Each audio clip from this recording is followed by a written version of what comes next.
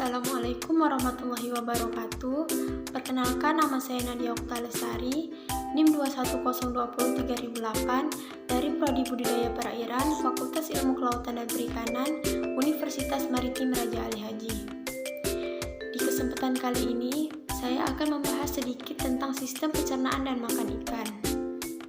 Memasuki materi lebih lanjut, sebaiknya kita mengetahui dulu definisi dari pencernaan. Pencernaan adalah proses penyederhanaan makanan melalui mekanisme fisik dan kimiawi, sehingga makanan menjadi bahan yang mudah diserap dan diedarkan ke seluruh tubuh melalui sistem peredaran darah. Pencernaan pada ikan berlangsung secara fisik dan kimiawi. Pencernaan secara fisik dimulai dari bagian rongga mulut, yaitu dengan berperannya gigi dalam proses pemotongan dan pengerusan makanan. Pencernaan mekanik juga berlangsung di segmen lambung dan usus, yaitu melalui gerakan kontraksi otot pada segmen tersebut. Pencernaan mekanik di dalam lambung dan usus terjadi lebih efektif karena adanya peran cairan digestif. Selanjutnya, sistem pencernaan ikan. Secara anatomis, struktur alat pencernaan ikan berkaitan dengan bentuk, tubuh, kebiasaan makanan, tingkah laku ikan, dan umur ikan. Sistem atau alat pencernaan pada ikan terdiri dari dua bagian, yaitu saluran pencernaan dan kelenjar pencernaan. Saluran pencernaan. Mulai dari muka ke belakang, saluran pencernaan terdiri dari mulut, rongga mulut, faring, efagus, lambung, pilorus, usus, rektum, dan anus. 1. Mulut. Bagian terdepan dari mulut adalah bibir. Pada ikan-ikan tertentu, bibir tidak berkembang dan malahan hilang secara total karena digantikan oleh paru atau rahang.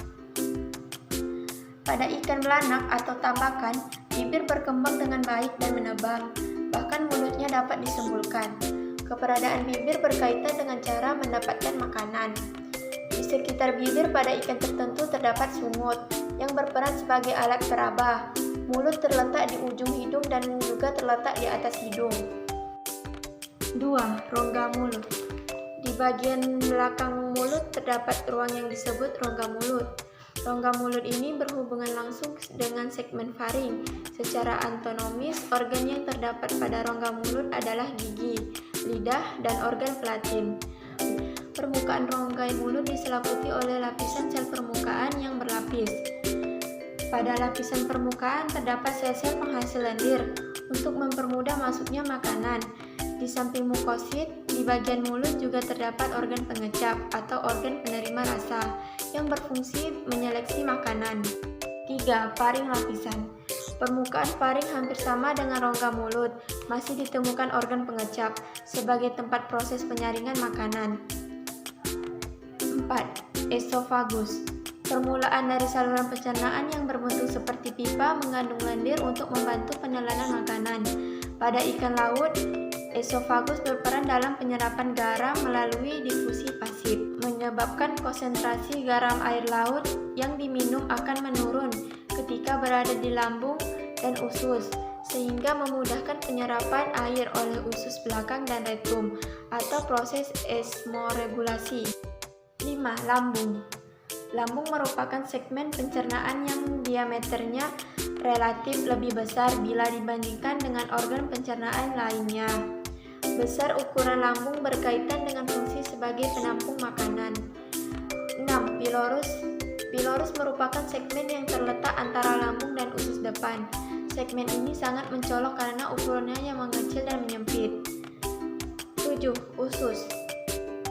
Merupakan segmen yang terpanjang dari saluran pencernaan.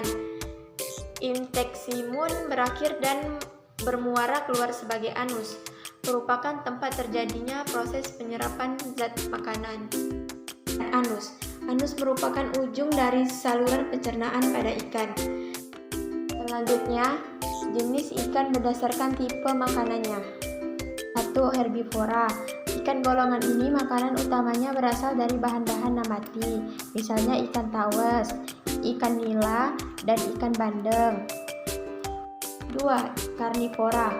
Ikan golongan ini sumber makanan utamanya berasal dari bahan-bahan hewani, misalnya ikan belut, ikan lele, dan ikan kakap. 3. Omnivora. Ikan golongan ini sumber makanannya berasal dari bahan-bahan nabati dan hewani, namun lebih menyesuaikan diri dengan jenis makanan yang tersedia, misalnya ikan mujair, ikan mas, dan ikan gurami. 4. Pemakan plankton. Ikan golongan ini sepanjang hidupnya selalu memakan plankton, baik fitoplankton atau zooplankton, misalnya ikan terbang, ikan cucut. 5. Pemakan Lethrus. Ikan golongan ini sumber makanannya berasal dari sisa-sisa hancuran bahan organik yang telah membusuk dalam air, baik yang berasal dari tumbuhan maupun hewan, misalnya ikan belanak. Selain penggolongan ikan berdasarkan jenis makanannya, ikan dibedakan juga berdasarkan spesiasi dari makanannya, yaitu 1. Monophagus, ikan hanya mengkonsumsi satu jenis makanan. 2. Ctenophagus, ikan mengkonsumsi makanan yang terbatas jenisnya. 3. Euryphagus, ikan mengkonsumsi bermacam-macam atau campuran jenis makanan. Baiklah, hanya itu yang dapat saya sampaikan. Lebih dan kurang saya mohon maaf. Saya akhiri dengan wabillahi taufiq wal hidayah. Wassalamualaikum warahmatullahi wabarakatuh.